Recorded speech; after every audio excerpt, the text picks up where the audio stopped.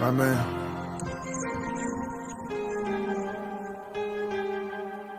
Doing the most. Doing the most. You know I had to remix this bitch. Shout out our boy. If I get caught up in a storm, pray the rain to keep me calm. All my life I dealt with pain, see no evil cause on. Chop along just like a on. New bitches we fucking on. Doing wrong without them knowing. I'm the GOAT if you ain't know it. And you can't go do what I've been through. Wish I had somebody I could vent to. And you can't go through what I've been through. Wish I had somebody I could vent to. I just need someone to call on. I've been making moves like Michael Corleone. I won't say that shit until it's set in stone. Bitch, don't say my name if you gon' say it wrong. I can't touch these drugs and keep my...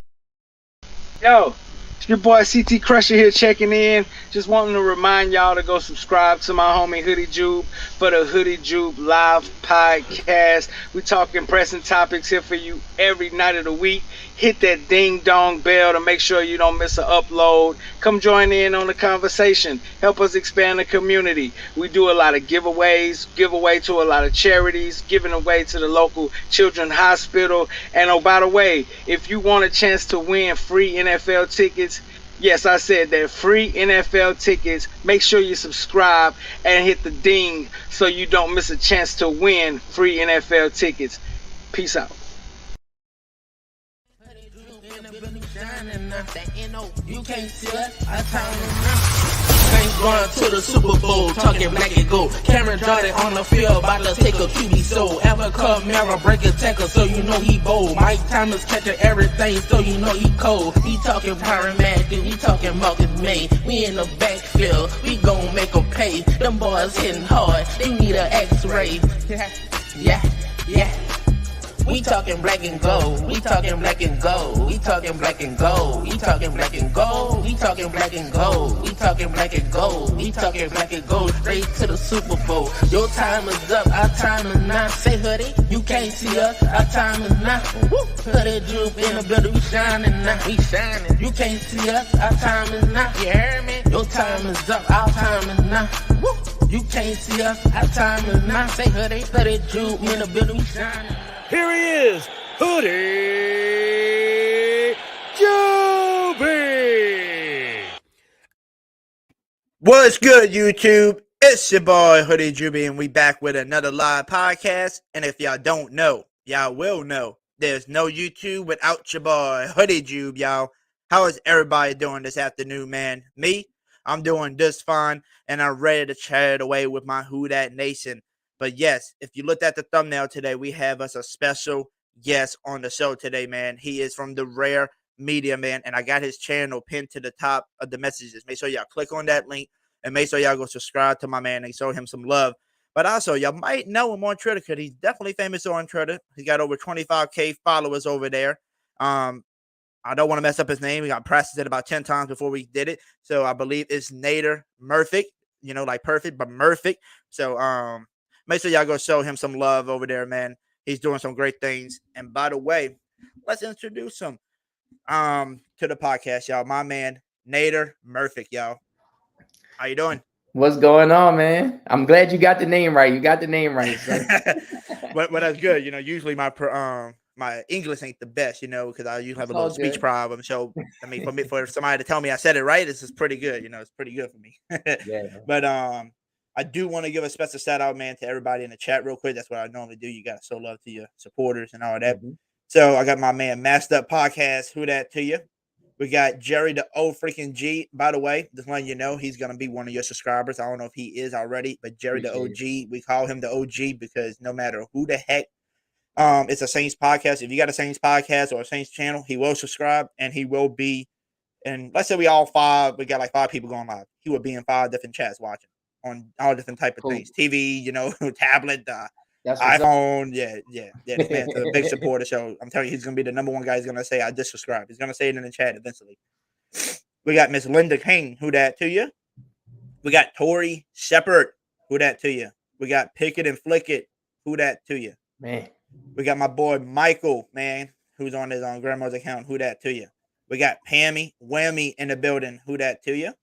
We got my boy Anime ID, which is God of Creation. Who that to you, my man? We got Brian Pearson. Who that to you? We got Miss Megan. Go Hawks, and who that to you as well. We got the Norma guy. Who that to you? We got my boy Elite Goods. Who that to you? We got Lewis, man. Who that to you? Look like a new member, maybe. I don't know. Maybe. Like I said, I don't remember everybody's name. I just know if you hear every night, I definitely recognize y'all names for sure. We got Chemo Slice. Who that to you? Let's see who else we got up in here. I got my boy Bruce Saint. Who that to you? And let's see. Hold on.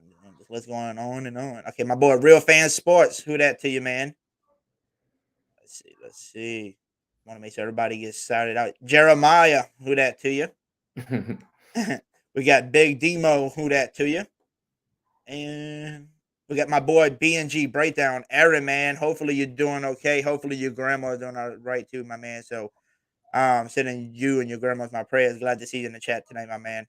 But I think that's everybody, man. I think it's time to get on to some topics and stuff, man. Yeah, but man. if you don't mind, before we even start talking any Saints football, introduce yourself. Let them know who you are. Let them know, about your channel, your Twitter account, and everything, man. Yeah, man. So again, my name's Nader Mirfiq. I do a podcast. It's called Sports Overtime, and I do it on Rare Media. And so, man, I've been doing a podcast for over like 13, 14 years strong. And it's been a roller coaster ride because, the first 9 years, I did the podcast with one of my best friends in the world. And he ended up passing away from a heart attack. And so I ended up taking a year off, and then I came back after, and then I just, kept pushing. I've done shows on WBOK 12:30 a.m. here in New Orleans. I've done shows on different, other different networks. And then now I'm just doing it on Rare Media. So again, man, I love talking Saints. I love, a lot of people think of me as like a Saints fanatic. I am a Saints fanatic. I eat, sleep, breathe Saints. For those who do follow me on Twitter, you see all day, every day, we're tweeting out stuff. I'm giving away jerseys. I will say we'll get into that a little later with the jersey giveaway. But yes, sir. I give away a lot of things, and outside of football, man, like, I love talking Saints, but the one thing that I really love to do is help give back to the community. And it's pretty cool, like when you reached out to me, because I know you give back to the community as well. And so that's one thing that kind of drove me to obviously coming on, because, for me, it's been almost a year and a half since, every Thursday for a year and a half, we've been feeding the homeless. So what I'll do is I'll go to Cane's every Thursday and I'll buy 100 meals for the homeless. And then what I'll do is I'll go out there and pass them out. So we've been doing that for over a year and a half consistently every Thursday. So again, man, I'm just happy to be on with you to talk Saints, community work, and giving back to the fans. So let's get it. Yes, sir. And then Miss Megan over here, by the way, she's a Seahawks fan. And just to tell you a little story about her, I had a collab with a Seahawks guy. He's up there with over 7K subs. He brought his people to my podcast. We collided. And that's how I met Miss Megan. And she got onto his butt and was like, why don't you do what Hoodie Jube does and open up the lines where we can talk to you? And he said he would do that. So that's how I met Megan. I told her I'm a people person, so I don't give a damn if you're a Seahawks shit. You can even be a Falcons and a Bucks fan. As long as you keep it clean on the show, y'all more than welcome. So that's why she subscribed to YouTube. I will say this, Hoodie. Shout out to all the people in Seattle, man. I was out there last year for the Monday night game. Man, those people showed so much love. Obviously the team wasn't doing good last year, so they didn't really have that back and forth, like, oh, y'all suck and we're the best and whatever. But it was a real good experience. And I will say this, man, Seattle is definitely a beautiful place to live. My cousin actually lives in Seattle. So a big shout out to people out there in Seattle, man. Gotcha. So Miss Megan's this sub to your channel. By the way, real fans, he said make sure he plugs in the channel in the chat. It's at the very top. It's pinned to the top, real fans. So make sure you click on the link if you don't mind showing him some love. And yes, real fans said we love our community, man. We always have to put some love back into the world. For sure. My boy Till, the legend, man, is in the building. He said we like that. Who that to you? I see my boy Walton in here too. Yeah, there he is. Yeah, Wildtown. Yeah, I met him on Twitter. Told him, I just seen him on a post, commented like, "Hey, I do podcasts. Would you like to come check it out?" And he came, and he'll be in here. Shout out to him, man. So shout out to everybody in there. We're definitely about to get into the Saints talk, but before we do, I did want to tell everybody that's the same thing when I seen Nader on, they're doing all these giveaways, feeding the homeless and stuff. And, just to tell you a little bit about what I did so far, basically in almost a year time, I said, what can Hoodie Jew do to be a different YouTuber? I said, I have a good heart. I want to give back to the people anyway. So I bring people to the Saints games, people who might not be able to afford them or people who just in general just want to go. I bring people to all the home games. I don't go to the away games just yet, till we grow a little bit bigger. Right. I do that. I do jersey giveaways like you do, hat giveaways, money giveaways, you name it. We do it on here. I did a donation to the Children's Hospital of New Orleans last year. We gave everybody 2 weeks. We raised $700 in 2 weeks and donated to them. And we did talk to them. It's going to be a yearly thing, yearly around thing. So that's a great thing to have. Eventually, hopefully we can partner up with them, and every year we'll just have like thousands of dollars going in. But just to tell everybody in the chat real quick about that donation this year, I talked to a guy I work with. Him and his brother used to deal with the Children's Hospital when they were younger. So he told me whenever it's ready, he said, how much did you get last year, like total? I said it was $700 raised. He wants to match that this year before we can beat that record this year. So we already going to beat the record with 700 because he's donating 700 this year. So shout out to him doing that. And then a lot of people I've been talking to lately that's been watching my podcast knows that next year we are going to be trying to do a few things. Number one, we're going to try to feed the homeless in New Orleans. I met a guy that's a private chef guy that cooks hundreds of meals. He's willing to help me with that and just go set it up outside and feed them. And also around March or April when it's not too hot, we're going to have a special need event. Kids with special needs next year somewhere in like Robert, Louisiana, probably. Let me know on that. Maybe we could team up on both of those actually. So just let me know. I'll definitely love to help you. I'll definitely love to help out. Again, man, we're feeding the homeless every week, every Thursday. I know it's just one day out the week, but listen, we're trying to do as best as we can with what we have. And so, one thing I also was I'm starting to do is there were a few people that reached out to me on Twitter saying that, when they take their parents to these hospitals and, they take them to the hospitals for their doctor's appointments, basically there's not enough wheelchairs to go around. So what I thought was, I was like, you know what, I'm going to try to see if I can help out. So I'm also doing that on the side. So basically what I'm trying to do is I'm trying to purchase 30 wheelchairs. Each wheelchair is going to cost like $300. So I'm trying to buy 30 wheelchairs so that way we can give them to the people that are in need of them. That way they don't have to go an hour or 2 hours early for their parents' appointments. They already have the wheelchairs. So that's one thing that I'm working on and trying to set up here in New Orleans as well. So again, let me know, bro. I'm definitely down to help whatever the community in every way possible. That's one thing that I don't take lightly. It's something I take very serious. And as a man, when you go every Thursday, whether it's raining, it's cold, it's whatever, it's hot, whenever you go out there on Thursday and there's a line underneath the bridge and you're not even there yet, they know you're going to be there. I can't let these people down. So that's one thing that I take pride in a lot.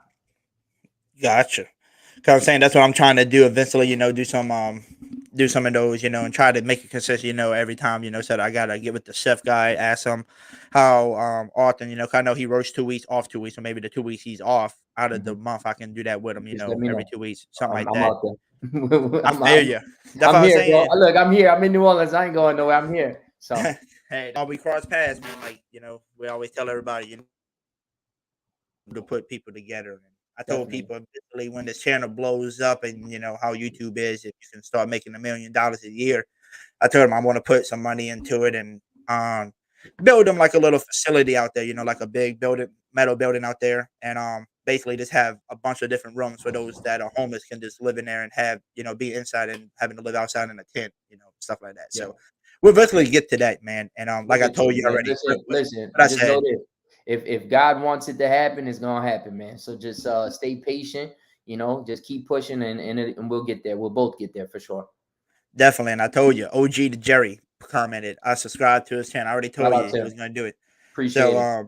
Like I said, everybody, it's pinned to the top. Make sure you click the link, subscribe to my man. But now it's time to talk some Saints football, man. Let's get it. And let me ask you this question.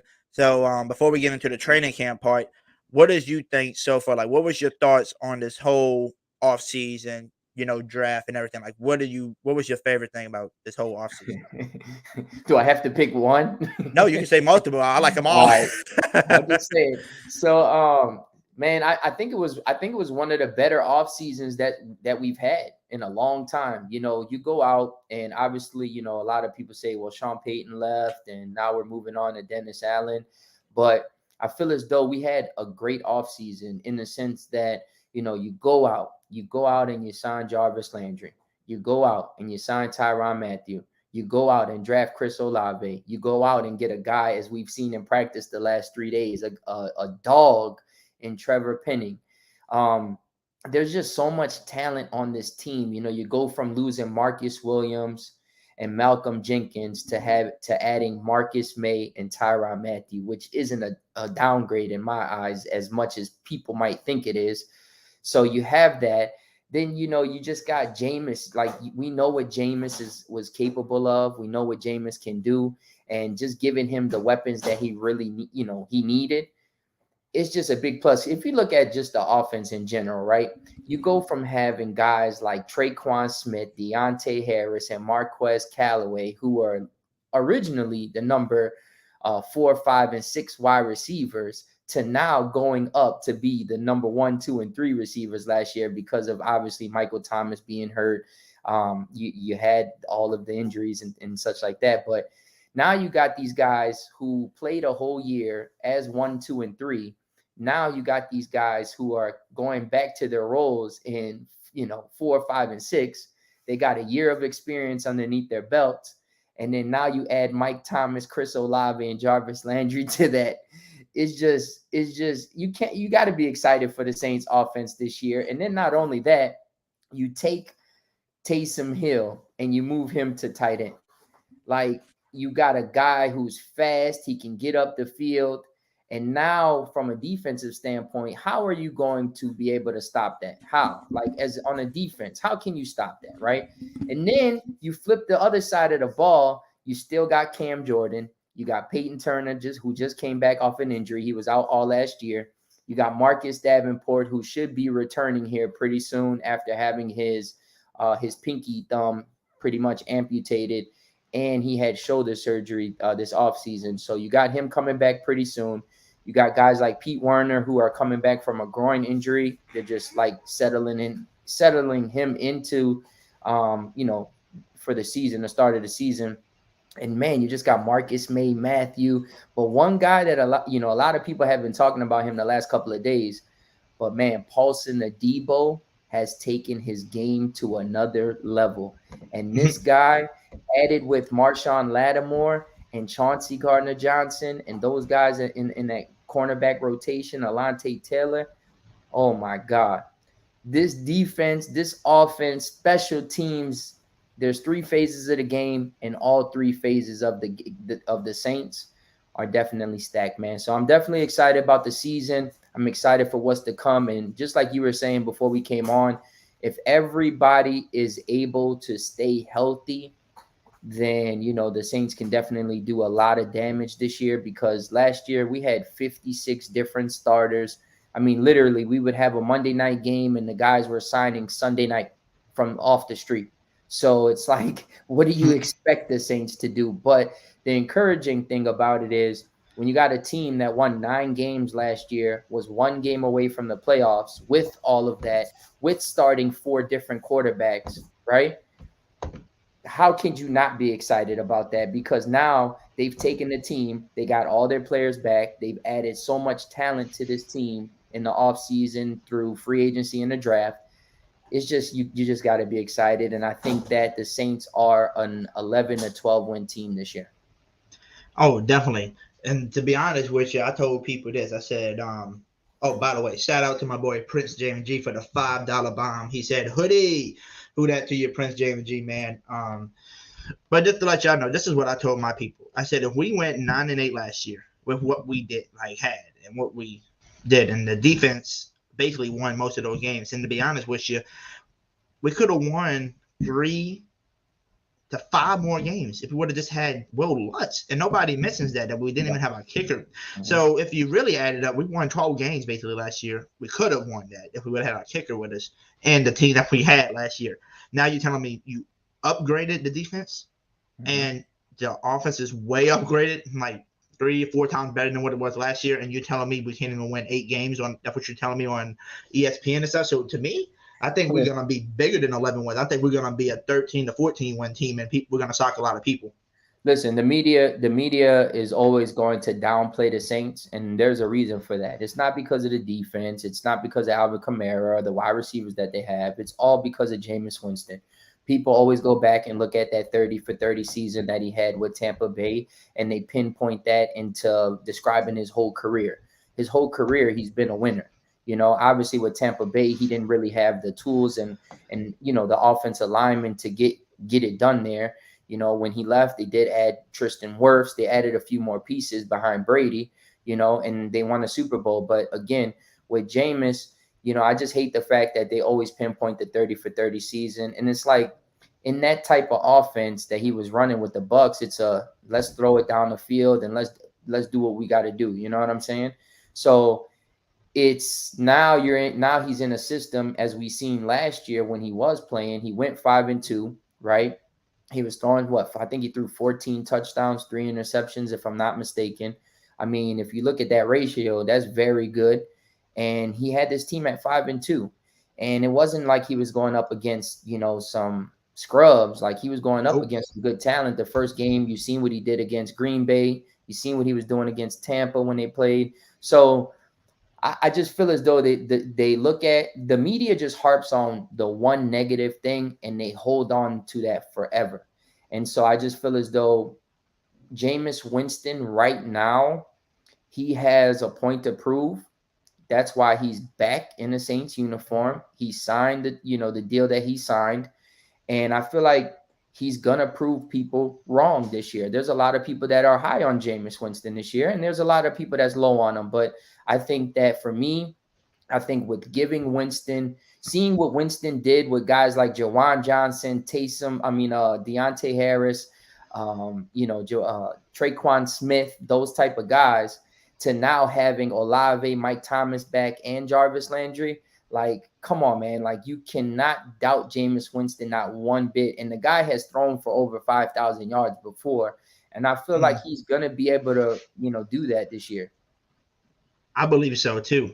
And I'm going to tell you a few things, too, that I think that's going to happen. And I explained it to my chat and myself before, and they kind of agree with me too. But I also got to give a shout out to my boy Prince James G giving another $5 bomb. Thank you, my man. He said ESPN only has us win 8 games. Yes, they talking that shit. They saying some of them say that they hope that we win even 7 games, and they said good luck for us making the playoff. That's how bad they think we're really gonna be, Prince. But that's the media. Let them talk their shit. That's why if you really want the real facts about a certain team, go on YouTube and look for your diehard fans that are studying this team, that are, that's doing their homework. Unlike some people, like, I'll be honest, if the Saints sucks, I'm going to let you know if we suck. I'm going to say this, Hoodie. If ESPN was always right, why do we need to play the games? Don't know. Right? If they're always right, then why do we need to play the games? It makes no sense. I mean, if they're always right, then, hey, let me go place my bets on FanDuel and win a lot of money, right? So, again, definitely, the media is always going to stir things up. They're always going to look at Jameis's 30 for 30 season. But, again, look at what he did last year with what he had. And, the sky's the limit for Jameis this year. And I'm just excited for him to prove people wrong. And you can see all off season, he's been working out. He's been trying to get himself back from the knee injury. He's been determined. He's been, meeting with players in Miami. They're all been on the same page. So you want that out of a leader. You want that out of your quarterback. And listen, the guy's been doing everything right. So let him perform on the field and show people what he has. And I think he will do that this year. Definitely. And the thing I wanted to talk to you about, because I remember you were saying something about, Jarvis Landry, Chris Olave, like how you stop this, right? And this was the argument I had with a few of my subs before about who we should bring in, right? And I told him, I said, I think Jarvis Landry. So this was my whole thing. I told him, I think Tyrann Mathieu's coming home. I think Jarvis Landry's coming home. And I told him I would not be shocked if OBJ just comes and joins the squad, even at the end of the season when he's ready and fully healthy, just to chase the ring like he did with the Rams. I would not be shocked. So when I told him that, I said, what about Jarvis, right? Him coming home and playing even harder, having to prove it. People saying he's not the same guy, even though he was only hurt for 5 games last year. And that was it. He's usually never injured that much. And some people call him washed up for no reason. And I asked them, I said, what is wrong with him? And they said, well, because why would we want him when we know Michael Thomas is coming back? He's basically another Michael Thomas. He's just smaller, shorter. Mm-hmm. And I said, okay, well, you just proved my point then. That means you want him, right? Because if you got one Michael Thomas and he comes back and he's the same guy from 2018, right, then how the hell are you going to stop the shorter Michael Thomas on the right side? Right. And that's what I told people. I said they just go out straight and come back, have a cutback or slant, and they keep going 5 yards, first down. They moving them chains nonstop. The defense eventually going to get sick and tired of that shit, and they're going to know, like, okay, Jameis is just being safe with the ball. He's going short. And then eventually, once your safety comes up to play on that, it's a deep ball to Chris Olave, Deontay, Callaway. Yep. And I don't know about you. I need to ask you this question because a lot of people still forgets, and I think they're confused. Some people say, I think we need to sign a guy like Will Fuller or like a deep threat guy. And I said, do you not realize our deep threats already? We got Chris Olave, Deontay Hardy, and people forget about Callaway, what he did in college. But he didn't do that because he had Drew Brees, and then last year he didn't have Jameis.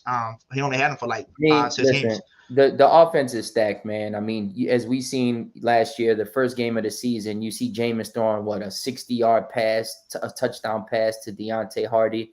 Traquan Smith is a guy who can get, open and down the field. A lot of people aren't really high on him right now, obviously because of, he's been injured. He's been in and out the lineup, things like that.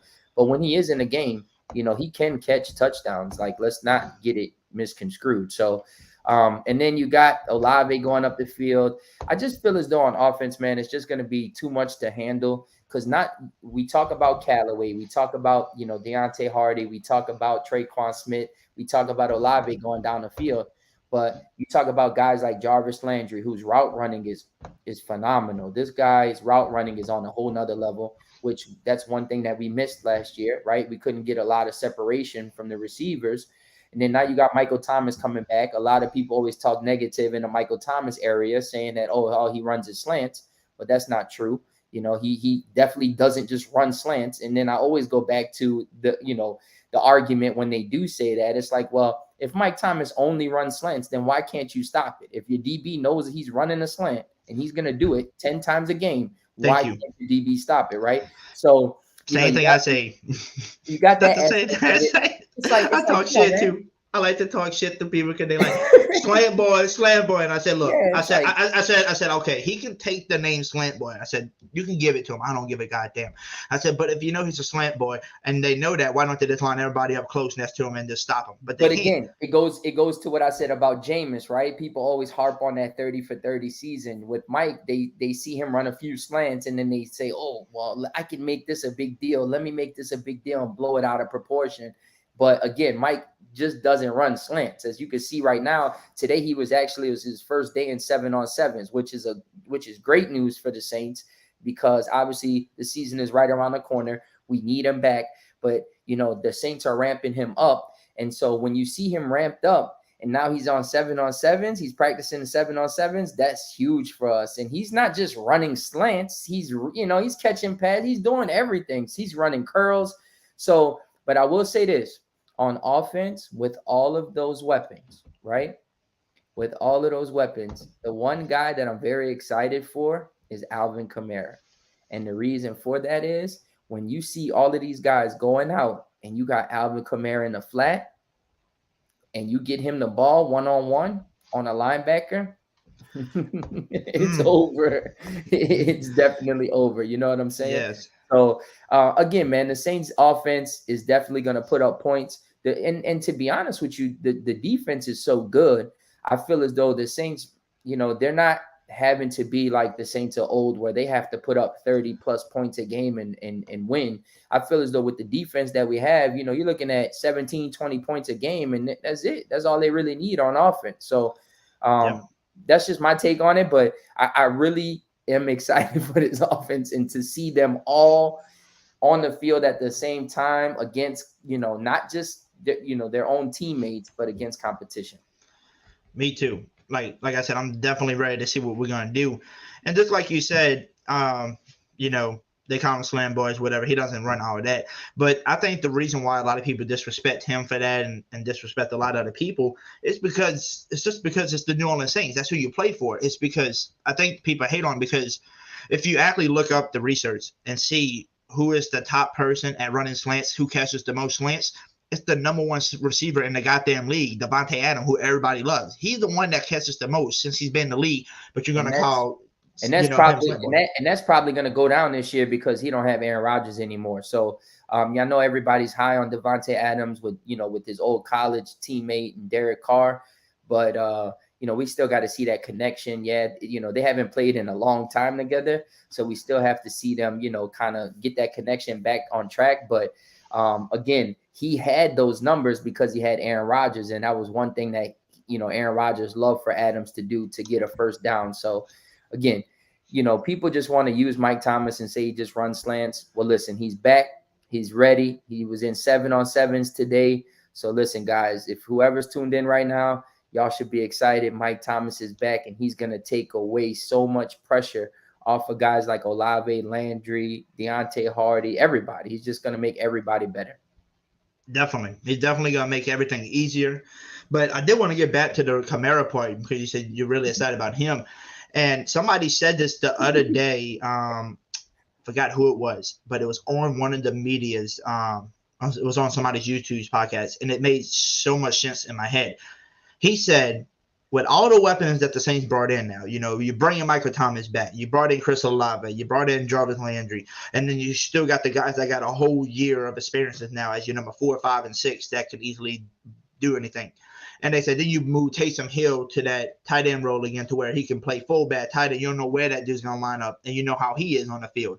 Mm-hmm. And they said, we didn't even missing Kamara. And they said with the Saints having so many great receivers now, having a really great receiving core, they can see us doing a lot of 4 wide receivers and just one guy in the backfield, which is Kamara. And they said if we do that, teams are going to have to play more safeties on the field. And they said good luck tackling Kamara with these small safeties compared to these linebackers that you need on the field to get them. Think about it this way. Think about the Saints. Think about the Saints players being in the Rams offense.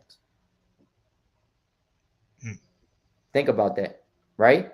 Last year, you had Cooper Kupp, you had Van Jefferson, you had Odell Beckham, and then I forgot their other wide receiver, but they had 4 wide receiver sets a lot. They ran that a lot. I think they were probably number 1, number 2 team that ran 4 wide receiver sets last year.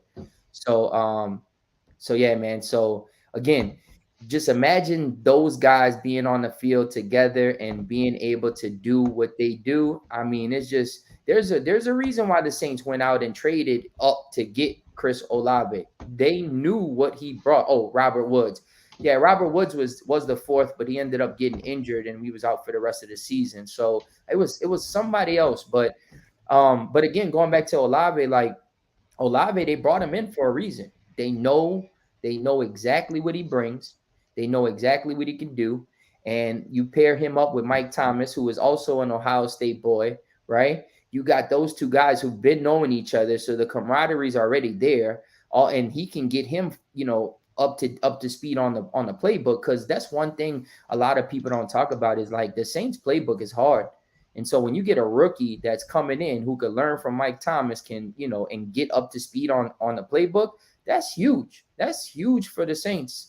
And that's huge for the team overall in general. So I just feel as though, man, you got so much on offense. I feel like you got so much on defense. And something that you brought up earlier about Will Lutz is like getting Will Lutz back is huge, because Will Lutz could count for 2-3 games a year with a game-winning field goal.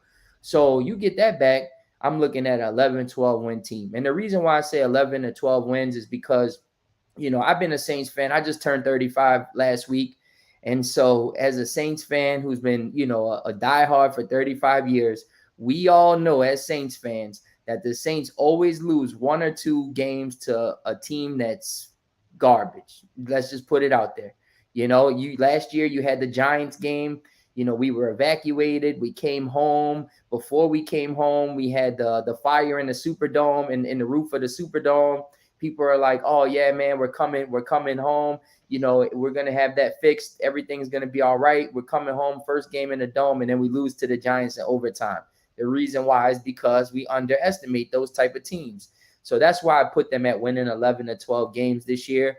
And obviously, if they do win 11 and 12 games, that is playoff material. And I think that if the Saints got in the playoffs, the sky's the limit. Because if you look at what happened last year, the last game of the season, it was the Rams and 49ers. And we needed who to win? We needed the 40. I think who won that game by chance? Was it 49ers? No, the No, the 49ers. Rams. No, yeah, the 49ers won. Yeah, the 49ers won. We needed the Rams to win that game, and we would have made the playoffs and played the Rams the first round. The Rams threw the game. They knew what was up. They didn't want to play the Saints week in the first round of the playoffs. They knew what was up. But again, man, you can't stop us this year. We're gonna punch our ticket in, and we don't need no help. And I love it like that. I don't want to wait to the end of the season, look at the schedule. I'm like, oh my God, I need this team to win or this team to win. Nah, let's not do that. Let's punch our ticket in. Let's try to get this first round bye, and let's solidify our run to the Super Bowl, man.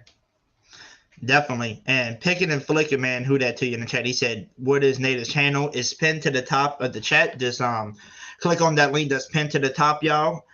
Make sure y'all do that. By the way, we got 55 of y'all watching. Y'all need to hit that like button. Also, too, Hoodie, real quick, if anybody wants to follow, man, my biggest platform is Twitter. So if anybody in here that wants to follow me on Twitter, man, it is Nader Nader 723. Nader 723. That's my Twitter handle. I do want to answer this question because I know Walt Best 88 has been asking it a lot, and I just been seeing the chat just scrolling. But what about the Penning? About Trevor Penning? He was asking about that. So let me see. Oh, he said, "What do you think about Penning? He is a dog." Yes. Listen, Trevor Penning is a dog. This guy, listen, we knew what we were getting when we drafted him. We knew it. He kind of reminds me of Kyle Turley. You know, we all know of Kyle Turley throwing a helmet, you know, in the Superdome, you know, blocking for Aaron Brooks and things like that. But you got to have that aggression being an offensive lineman. When you look at our offensive line, right, you might say, okay, the beast on the O-line is, right? The beast on the O-line is Ryan Ramczyk. You have Eric McCoy in the middle. He's a beast. The two guys you might question are Ruiz and Pete, right? And then you got James Hurst. So for me, to have a guy like Penning get drafted and come to the Saints and have that type of aggression, he kind of reminds me of Ryan Jensen in Tampa Bay. You know, every game you always see Ryan Jensen, you know, pushing players down the field after the whistle, things like that, or just getting aggressive or people wanting to fight him. And I feel as though Trevor Penning's that dude. And the way he's been fighting the last 3 days in camp, I mean, the Saints need to put a WWF ring outside and just let them just, you know, get on the ropes because he's fighting everybody, man. Hey, we need to. I mean, this thing it is, though. I mean, we need somebody that's aggressive. And to be honest with you, to have a guy like him playing to the whistle, you know, let's say not after the whistle, but to the whistle, that's going to tick a lot of people off because they're not used to that. They used to, I'm playing until I see the guy down the field, and then they let you loose, and then you're good. But if he's playing to the whistle and making sure I'm planting you into the ground, that's going to get a lot of them people pissed off and want to punch him. And then guess what that's going to remind me of? It's going to remind me of the CD Deuce on the offense side, though. I mean. but Hoodie, that's one thing that's a good thing, right? Because you got a Chauncey Gardner-Johnson who gets under people's skin, right? And he gets in their minds, and that messes them up. So now you got a guy on offense he's an offensive lineman, he's a mauler, and he's getting into defensive line players, like defensive minded players. Like, come on, man. Like, I just can't wait to see how the season pans out. But I will say this, he does need to cut it out in the sense, like, he needs to know his limit. You know, you got to draw the line somewhere. Listen, man, you're kind of going over the line. You know, today he went over the line. You know, Dennis Allen kicked him out of practice today. So you got to know where to cut it off, you know. But one thing that Ryan Clark even tweeted today, which I thought was pretty cool, is that he said that Mike Tomlin used to always say, you got to, you know, I'd rather the player have the dog in him and kind of scale it back than to kind of, you know, train somebody how to have that dog in them. So I feel as though, like, him having that dog in him is perfect. It's the right team to have that dog in him. People are going to support him. People are going to be behind him, just like they were with Kyle Turley. You know, Kyle Turley used to do some crazy stuff. And people was like, oh, man, he threw the helmet. He did this, or he pushed this guy, you know, towards the ground. So I think he's just this new generational Kyle Turley. Definitely. Also, I want to give a shout out to Mr. Caleb Moses for the $1.99. Thank you for the $1.99 donation, man. He also put underneath his donation, he put, I think the offense has the potential to look a lot like that 2012 offense with the Sproles, Graham, Colson, Henderson, and Moore on that team. Pete wasn't as bad that year. Yes, the 2 years that he actually covered for Sean Payton, that dude had us at the number one offense in the league. And some people make excuses with, like, well, he had Drew Brees as a quarterback. Yes, fact, he was. But do you see the members, like the team people we got now, like the players we have on this team? Like, he's got way better players than what we had back then. And that's the biggest thing that I've been seeing a lot lately is the chatter about Pete Carmichael, and is he able to, you know, call plays? Is he gonna be the successor after Sean Payton? And it's one thing that I kind of touched on last night on Sports Overtime on my show is, like, you know, everybody always says that Sean Payton is this offensive, you know, minded coach. He's one of the best offensive minded coaches in the league, right? Which is true. But I will say this, nobody ever looks at defensive coordinators or like assistants of coaches. They always look at just the defensive coordinator and the offensive coordinator, right? Or the coach. And it's like with Pete Carmichael, I feel as though Sean Payton learned a lot from Pete Carmichael. You know, they were together a long time. You know, they started this everything together. So you gotta understand that they both learn from each other, you know. And I feel as though even when Pete Carmichael did call games, like you said, you know, that year they were the number one offense. He's able to do different things. Like even in the Tampa Bay game last year, right? He came in, he called a different type of game plan, and they won the game. You know, the defense definitely held its own that game, don't get me wrong. But again, we still have that type of defense matched with this offense that's coming into this year. That's why I said, man, the sky's the limit for this team. Definitely, man. And I just can't wait to see what's going to go down, you know. But I do have Jameis Winston up on my thumbnail, and the reason why I put that is because they said for the last day, like the last two practices, Jameis has been shining, no interceptions. You know, he's just been balling, connecting with people. So just think of this. So people on the media are the dumbest people I ever heard of, because people don't think of what's going on in the background, right?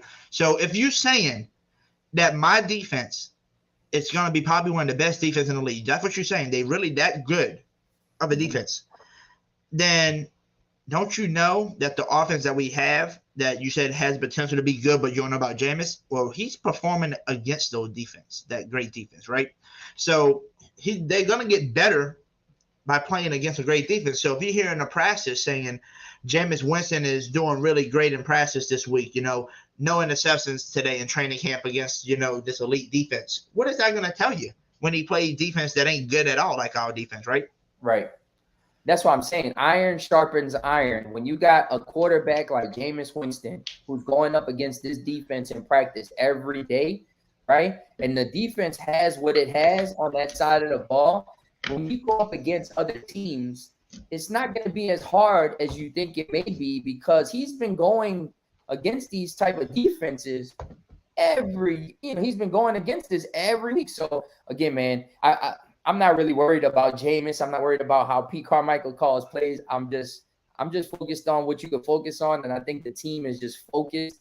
They're ready. They seen what happened last year, and I think they're definitely ready. Just to answer Ivan's question, yes, we do still feed the homeless on Thursdays. Every Thursday, man. We've been doing it for almost a year and a half straight. So definitely. And then I think Ruiz will be better. Yeah, Ruiz definitely will. He looks like he's going to be better just from the reports out of training camp so far. And then when you got defensive line talking about him without an invite to do so on their own, it speaks volumes. Yes, they have defensive linemen who have been saying good things about Ruiz coming out of training camp. So you're absolutely right. That is a good look for Ruiz.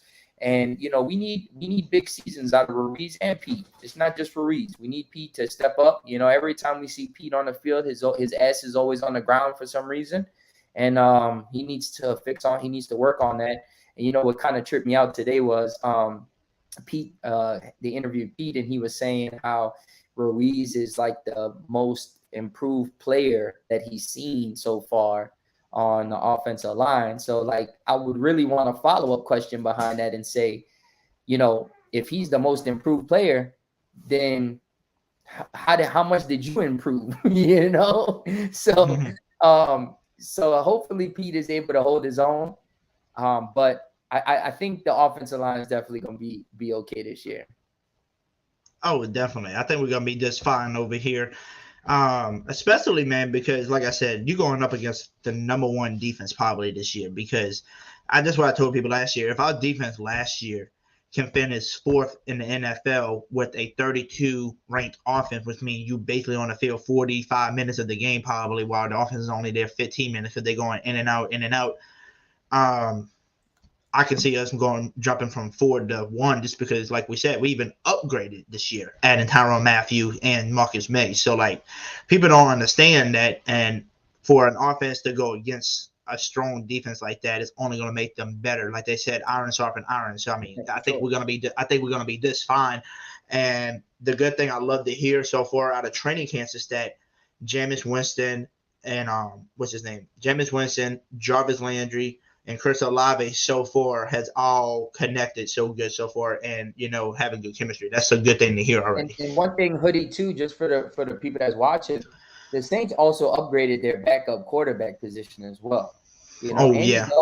Andy Dalton is able to get the ball down the field. He's a veteran, and he's able to get the ball down the field. So that's one thing that we really didn't have last year, and so I think that the Saints saw that they upgraded the position. So God forbid anything does happen with Winston, we do have a guy who can come in and make the throws that he needs to throw, Definitely. That's what I'm saying. I'm happy to some people asked me this. They said, do you think last year, if you would have had Andy Dalton, do you think he could have helped y'all make you to the playoffs? I said, you're damn right. He's better than Trevor Siemian and Ian Brooks and Taysom Hill. Definitely. Definitely, for sure. I agree with that take. Yeah, definitely. So like you said earlier, we always lose to some type of team, like we saw last year with the Giants and crap. But guess what? I do say this, though, about that. The only thing I could say is that this team is totally different now, too. We're definitely more stacked. We should have more receivers this time. When last year we didn't have nobody basically, playing. They had me and you running routes out there, bro. We could have. Hey, we would have did better than the ones they got off the street against the Dolphins. That's all I can say. We could have did better than that. Like they were letting people come through the line every time. I could have did that too. I could have just fell back on my butt and got paid some money. But I would have tried though, But some more training camp news just to go over with you. What was your thought yesterday when the news went out about Kawan Baker, man, being suspended 6 games, just like what's his name from last year, Adamadu, with the substance and stuff like that. Adamadu, yeah. I mean, it's unfortunate, man. I mean, the NFL, and I know you wanted to touch on this later, but the NFL is just all over the place right now. It's just, man, it's ridiculous. Like you got a guy who has 30 plus sexual assault charges. You got a guy who has those charges, right? He wasn't convicted, right? But he does have 30 plus sexual assault charges, getting 6-game suspension. And you got Kawan Baker, who had performance enhancing drugs, 6 games, the same amount of games as a guy who had all of those sexual assault cases. So, I'm not trying to, say one is, better than the other. Don't get me wrong. But usually with performance enhancing in drugs, right? Sometimes the players don't even know that they're using it. They might be taking like a creatine or I don't know, whatever they put in their bodies, and they might have something in it that's banned by the NFL. So usually that's usually what happens with that. They're not, players that are just taking it just to take it and be like, yeah, they might, but I just look at it, man. It's unfortunate. When you look at it, it isn't a guy like Mike Thomas or Olave or Landry, so it kind of doesn't hit as hard as it would if it was those guys. But I mean, it's unfortunate. It's unfortunate all around. But listen, he'll learn from it. He'll get better from it, and he'll be back on the field at some point if he makes the team. Definitely. I mean, who do you see? So that's going to be another question because I never got to ask you this question before. Is there anybody at this training camp right now, especially any of the undrafted free agents that we signed from the draft? Is there anybody that catches your mind that you say, okay, this dude I can see making the squad, or practice squad at least too, having a spot on the team? I like Abram Smith, running back Abram Smith. Undrafted running back. I really like him, man. I was at OTAs and man, just his cutting ability is just crazy. He kind of reminds me, he's kind of like as far as like running routes and stuff and just cutting, man. He's like similar to like Jarvis Landry in the sense he's just able to create separation and just him running through the hole, man. I really like Abram Smith. I think if you have to put a running back, there's Devin Zigbo, you got obviously Mark Ingram, but if there was another running back that's going to make this team, I think it's definitely going to be Abram Smith. That's just my take on Abram Smith. I'm a big fan of Abram Smith. And, the Saints have been trying to bring in different players at the running back position. They brought in David Johnson during OTAs. They weren't able to get a contract done with him. They ended up signing Malcolm Brown, who used to be with the Rams. So they're very high on him as well. But I really like the young kid in Abram Smith. I think he'll either make the team or at least the practice squad for sure. Gotcha. And one of my favorite was Abram Smith. That was my talk of the tape when I first did it. I was like, damn, you moved from a linebacker from running back to linebacker, back to running back. And just somehow you get 1,600 yards in a damn season. So that was impressive. And I said, I think he's him being a linebacker and a running back, like he said it before, he's a physical guy. He just likes taking hits, kind of reminds me of the Taysom Hill, right? Just want to truck you and just take a hit. So that's going to be nice to see if he makes it.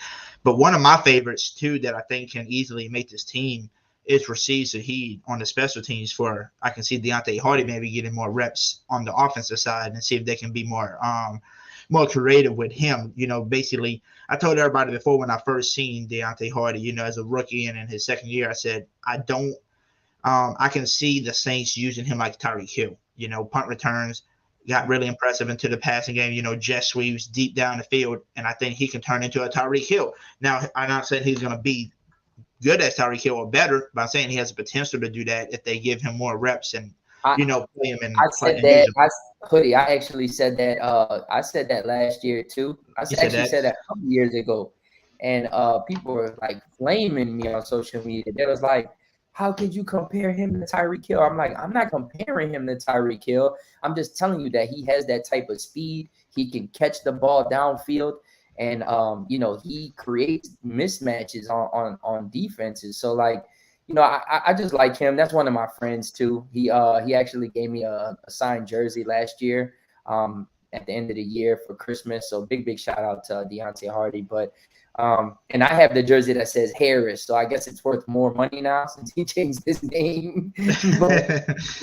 but it's a color rush jersey too, which is cool. So but big shout out to him. But yeah, I'm expecting a big year out of him.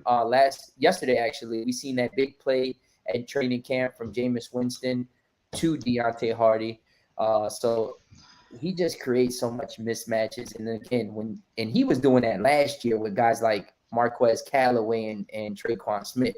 So imagine the type of how open he's going to be when you got Mike Thomas, Landry, and Olave. So that's just going to be Definitely. And by the way, make sure y'all click the link that's pinned to the top of the messages. Make sure y'all go subscribe to my man Nader's channel over there, Rare Media, where he talks Saints. And like he said before, make sure you follow him on Twitter as well. Also, if y'all are new to this channel, make sure you hit the subscribe button for your boy and turn on notifications so you don't miss out on any of the podcasts, videos, giveaways, you name it. You don't want to miss any of the news on here. And also spam the like button if you haven't already. We've been having 50 plus people in the chat and the event tonight watching everybody, but we only got 30 something likes. So make sure y'all spam that like button for your boy. But Mr. Nader, man, if you want to tell him, your Twitter again for short, for they can follow you that, because like I said, I don't know the exact, No, the exact. So yeah, my Twitter is NADER723. Definitely follow me on there. One thing that I am going to be doing on Twitter starting this season, every week, what I'm going to do is I'm going to be giving away a free jersey to one lucky follower. Basically, all you got to do is just follow on Twitter. And what we're going to do is after every Saints game, we're going to put a poll up on Twitter that has, the player of the game. So we'll either have let's say Kamara, Cam, or whoever goes off, right? We'll have, 4 players in a poll. Whoever the people vote on as that player of the game, we'll give that jersey away that week. So if Kamara gets 6 touchdowns one week, like he did on Christmas, obviously he would win player of the week. So we would give out a free Kamara jersey that week. So y'all definitely follow on Twitter. One of the goals I'm trying to get to, Hoodie, is I'm trying to get the 28.3K followers on Twitter. I'm at 25 point something. I don't even know. But I'm trying to get the 28.3 so I can symbolize the Falcons blowing the 25-point lead in the Super Bowl. So I think once I get to 28.3, I'm just going to stop the count. I don't want any more followers. Just keep it at 28.3. And the only reason why I want to do that is just to be paid. But I think when I get to 28.3, I'm going to give out a PlayStation 5 just to give out a PlayStation 5. So. Gotcha, man. That is kind of funny, though. Shoot, like just take a screenshot of it and put that as your picture, and then continue on. With your, followers, but you can keep getting those. That's it. I don't want any more after that. 28.3, shut it down. Hey, you know how many Falcons fans gonna subscribe to you and follow you just to get it off of 28.3? Because they're gonna want to be petty too, man. So I feel you. Yep. But just a few more news, man, to go over with you and ask you, and then we'll end it because I know you got to get going soon. One of them was from Miss Catherine Terrell, who's helping cover the Saints this year. She said the Saints has officially signed tight end Chris Herndon, who was at practice today, and they waived tight end Brandon Dillon. So what do you think about a young veteran like him? Is only maybe his 4th season in the league. If we can get the Chris Herndon that played for the Jets, I think that it'd be a good move. It'd be a good move if he can, return to the form that he was with the Jets. If you look at last year, he played with the Minnesota Vikings. I think he played the whole season. He had, I don't think he had that many catches. He had a few catches. I think 40 yards and 1 touchdown was his stats last year. So that's definitely not good. But obviously on that Minnesota Vikings team, you got Adam Thielen, you got Justin Jefferson, you got Dalvin Cook. So I don't know, man. I think if he can return to his ways that he was with the Jets, I think he'll be able to, he'll do good. But I just don't think he'll make the team, to be honest. I feel as though you got guys like Taysom Hill, you got Juwan Johnson, you got a guy like Adam Trotman, who's been looking really good in training camp. He looks like he's coming along really well. And, this is his 3rd season going into the year. So I think that he's definitely going to, bring a boost to this offense as well. So I don't know. I don't think between Juwan Johnson, Adam Trotman, and Taysom Hill, I don't know if they'll have room for him, to be honest. Gotcha. And some people are saying Lucas Crew has been looking really good in camp. He's actually been he had a great OTA, and he also been having a good camp as well. So big shout out to him. He actually, I think more so for him, he'll go on a practice squad, if I had to guess. Gotcha. And then some other news too is it's more of the sad news for us, Who That Nation fan, man. Smoke Monday has suffered a significant knee injury. They haven't, confirmed what it is and how long he's going to be out, but they're making it seem like he might be out for the season was the way they trying to make it seem. So hopefully he gets better. And to be honest with you, like Michael Thomas said, he's going to fight back and come back whenever. And I think there's always going to be a spot for Smoke Monday, on the team somewhere. Not this year because he's not going to be able to play, so he's probably going to be on the injured reserve list. But, I mean, what was your thoughts on Smoke Monday? Did you think he was going to possibly make the team? Because me, I thought he was going to make the 50-man roster or the practice squad at least. Yeah, I think he was going to make the practice squad for sure. But, it's unfortunate, man. Again, it's training camp. You love the fact that the season's just around the corner. Football's back. Like tomorrow's the Hall of Fame game, right? But usually around this time, man, there's always players going down. You look at Denver, like yesterday, they had 2 wide receivers go down, Tim Patrick and another guy with ACL injuries. So it just sucks that it just sucks, man. It sucks that it had to happen that way, but he'll be back. He'll definitely return. Definitely. And then the last one that I can think of that's coming to my head, and I wanted to save it for last, was the CD Deuce limiting himself at practices because he is in contract, negotiation with the Saints. And I think, because somebody asked us on Twitter, out of CD Deuce, Marcus Davenport, and Eric McCoy, who are the most important ones to sign? Me, CD Deuce is number 1, and then McCoy is second because you got to protect, your quarterback. And then Davenport would be last to me. Man, it's tough. I'm going to tell you why it's tough. The obvious answers would be CD Deuce and McCoy, right?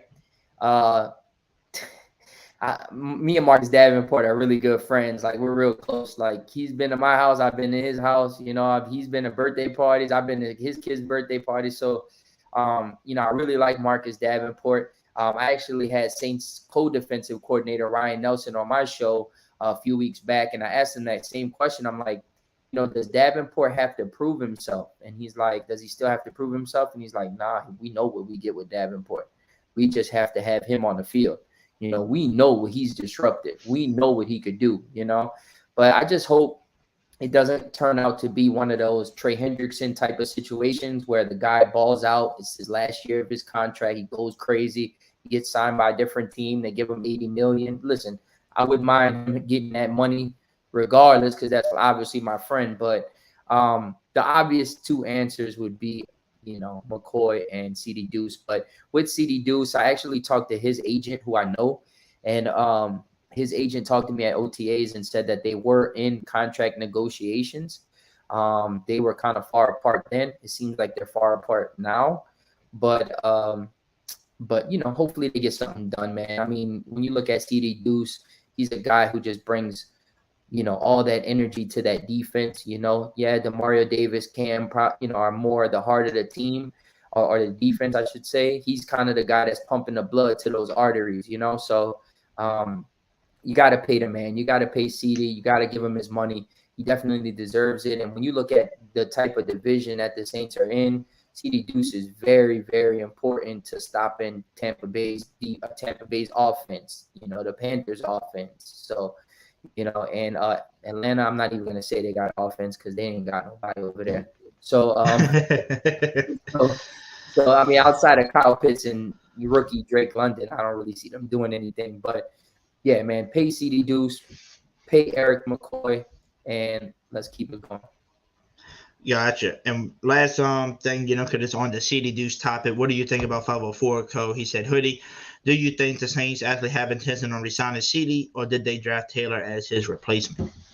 No, I think they definitely have the intentions of signing him back. Again, like I said, in OTAs, that's what I heard too when I was out there, and from his agent, I heard that he was saying that they're in communication and they're trying to get a deal crunched out. So again, that was last month, so it seems like they're still far apart, but hopefully it comes together. These things can change in less than an hour. Next thing you know, they're like, all right, let's get it done, man. We know what you want. Here's what we could give you. We came as close as we can to the number that you want, and that's that. So gotcha. You can change it at any moment. I see Love just asked the question, any word on Quan? Quan signed with the New York Jets, for those that didn't know that. Yeah, he did sign with them. I was a little sad because you signed with the Jets for a veteran minimum. So I was like, what? It was a 1 year deal, He was mad. 1.1 million. He was mad, Hoodie. He didn't want to do that. He didn't want to sign with the Jets. You know, he didn't want to sign with the Jets. He was waiting for the Saints to call him so he could come back. Even Ryan Nielsen, I asked him that on the show. I'm like, man, y'all gonna get Quan back? He was like, man, we would love Quan back, but man, we have a lot of faith in Pete Werner. He showed us a lot last year, and with Werner and Demario Davis, I think we're gonna be good. And I was like, okay, but he was like, if there's a possibility or a way the money could work to bring him back, we would. But obviously that didn't work out. So, damn, man. I know. Like I said, that's what I said when I seen it. I was like, I put a tweet. I was like, this sucks. that was it. It does suck because you think we would have kept him. And to be honest with you, I know how good Pete Warner is. If you don't know, if you haven't checked out my channel before, I literally looked at him, studied him, and from college, looked at the size and compared him. And I said, dude, if you look at his height, his weight, his play style, how smart he is, I said, if he performs like he did in college and gets even better, he can be the next Luke Kuechly. He literally had the same size, same everything, same play style, you name it. So I've been calling him the next Luke Kuechly, and so far everybody likes what they seen last year, and they said if he keeps getting better, he can definitely be the next Luke Kuechly, which is amazing to have on the teams, next to Demario too. So that'd be nice, man. Teaming up Luke Kuechly with Demario Davis, that'd be awesome. So yeah, I'm definitely excited for that. Definitely, man. And the last and not least, man, if you don't mind, is there anything on your mind, that I might have not covered from training camp that you might know of that I might have just forgot to cover? I think we touched on everything, man. I mean, like you said, Olave, all of those guys. Mike Thomas is back. Jameis is looking good. You have defense looking good. Paulson Adebo's been playing out of his mind.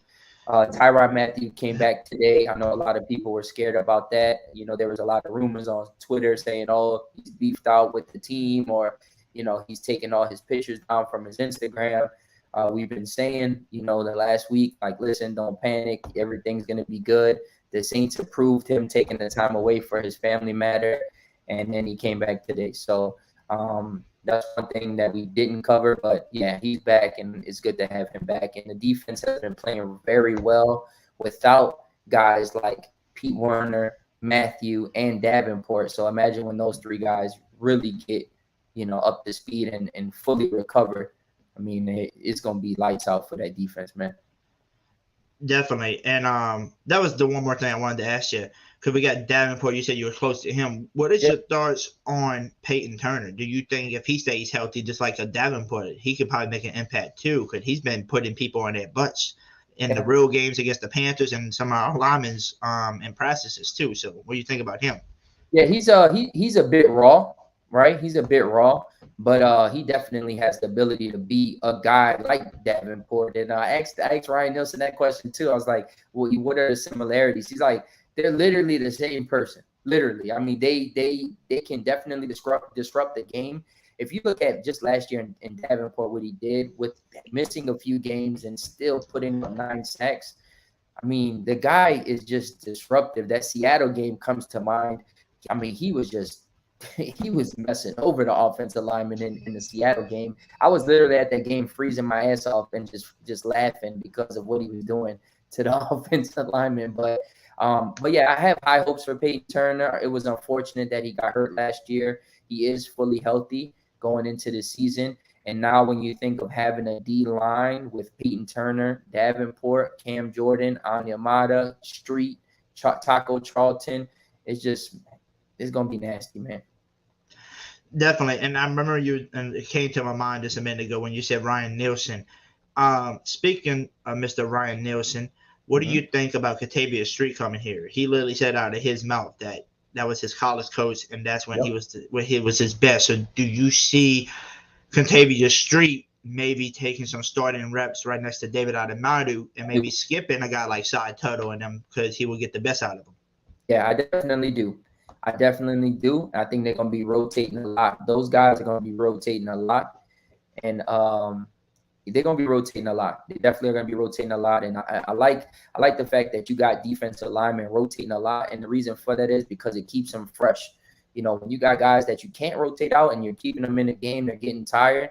But that's one thing that has been brought out in training camp and asked about these offensive linemen these defensive linemen saying like, hey, how is it very uncomfortable for y'all to keep rotating? And they're like, nah, it's not uncomfortable because we're staying fresh. And once the fourth quarter comes, it's game on because guess what? The offensive line, they can't rotate like D lines.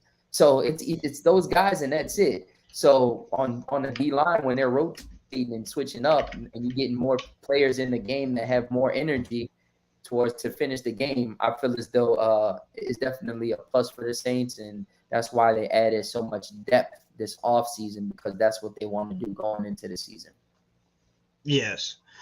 And then speaking of, like you said, rotation, right? Because everything's going to my head as you're saying more stuff, rotation, this and that. And as you said, rotation players and they staying healthy. That's the same thing I said on my channel the other day about the tight end role. You know how people are saying they think our tight end room might be the weakest part of our offense, maybe the offensive line, because we don't know what Penning's going to bring to the table. We don't know how that's going to happen.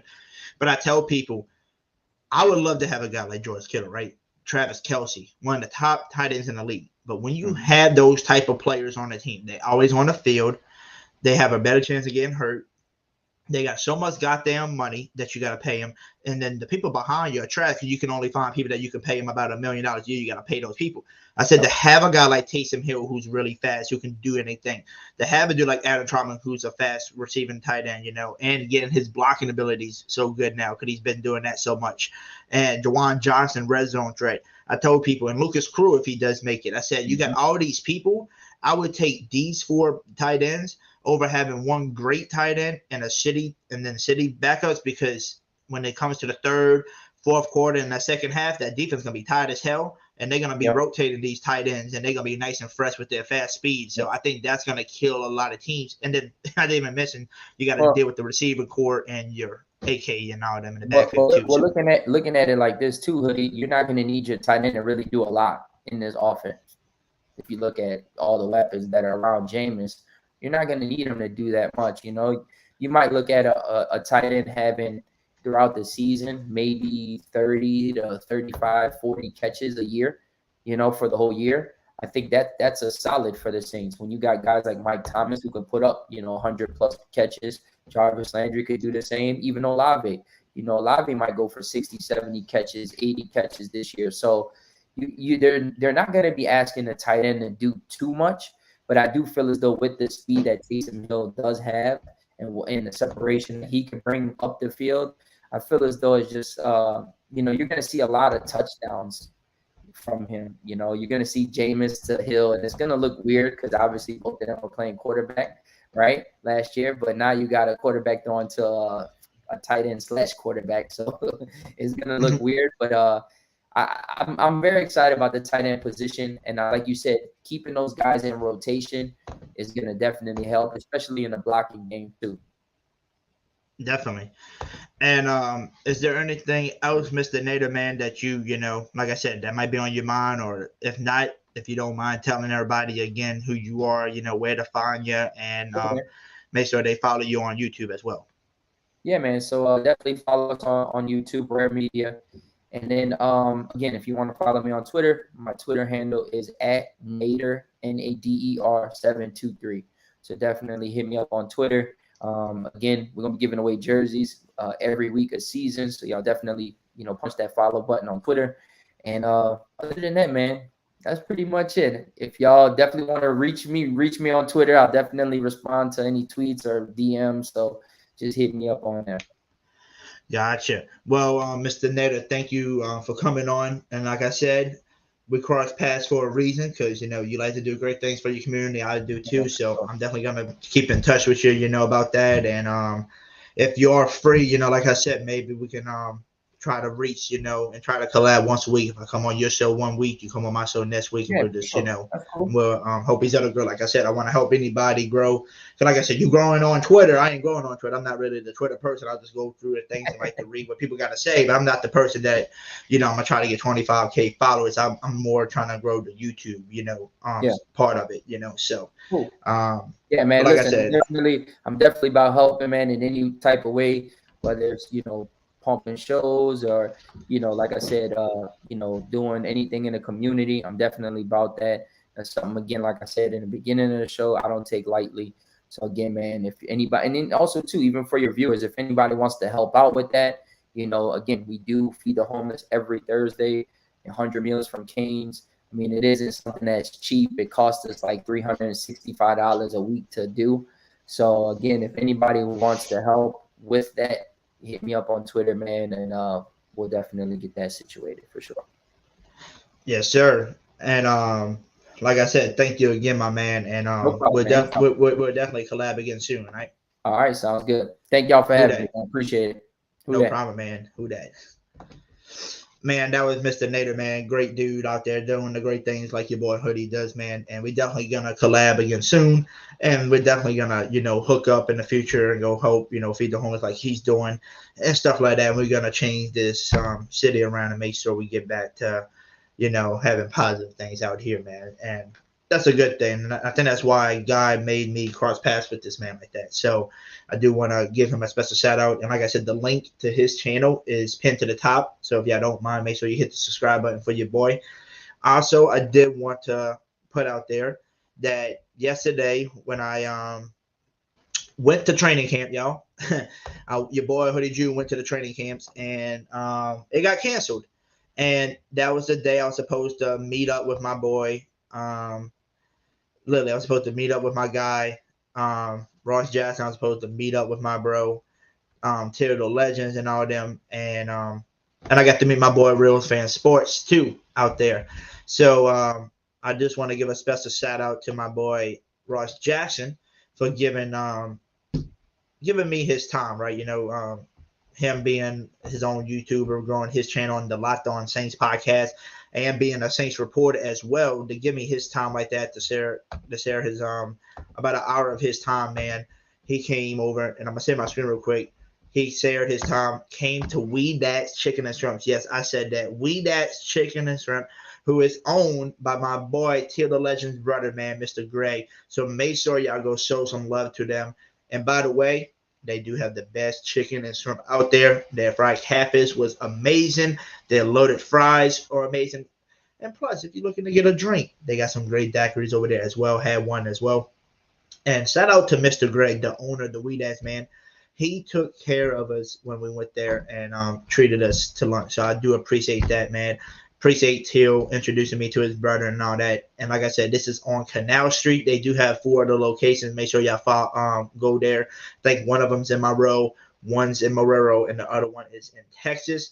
So shout out to them. And like I said, best chicken and shrimp. So if y'all ever in New Orleans, you know y'all in the New Orleans area, make sure you go visit We Dad's Chicken and Shrimp on Canal Street and go get you some chicken and shrimp. Like I said, it's so good. And this is a picture right here of me, my boy Ross Jackson, my boy Real Fan Sports to the right of me, and Till the freaking legends, man. And just to go through it too, that's my brother Noah over there with my godchild, man, eating the wings. They said the wings was amazing, and my boy Real Fan Sports enjoying the wings over there. They said they were good. So, like I said, just go show them some love and make sure y'all go get y'all some chicken and shrimp over there. It's amazing.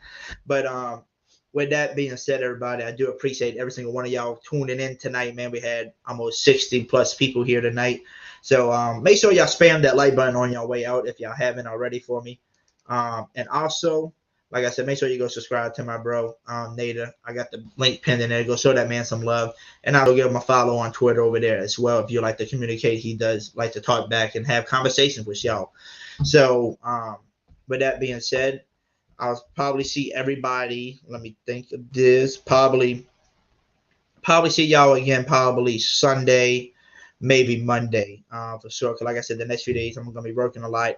I started a new morning job. Yes, I started a new morning job because I want to stack up some money and do more great things for the community. So I had to get me another morning job so I can, make me some extra money. So like I said, I might not be able to see y'all till probably Sunday night or Monday, but I'll let y'all know for sure. But with that being said, thank y'all for tuning in. Thank y'all for showing the love. Hit that like button on y'all way out, or if it's on your way in watching the video. And also make sure you hit the subscribe button if you are new to the channel. Turn your notifications on so you don't miss out on any of the great podcasts that we do, any of the great videos that are going to be coming out.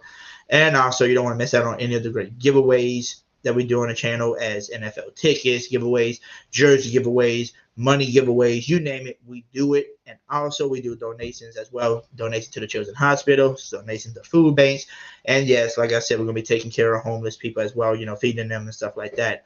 So with that being said, thank y'all all again. And all I can tell everybody is what? Who that, baby? I'm out. You can't see us, our time is now.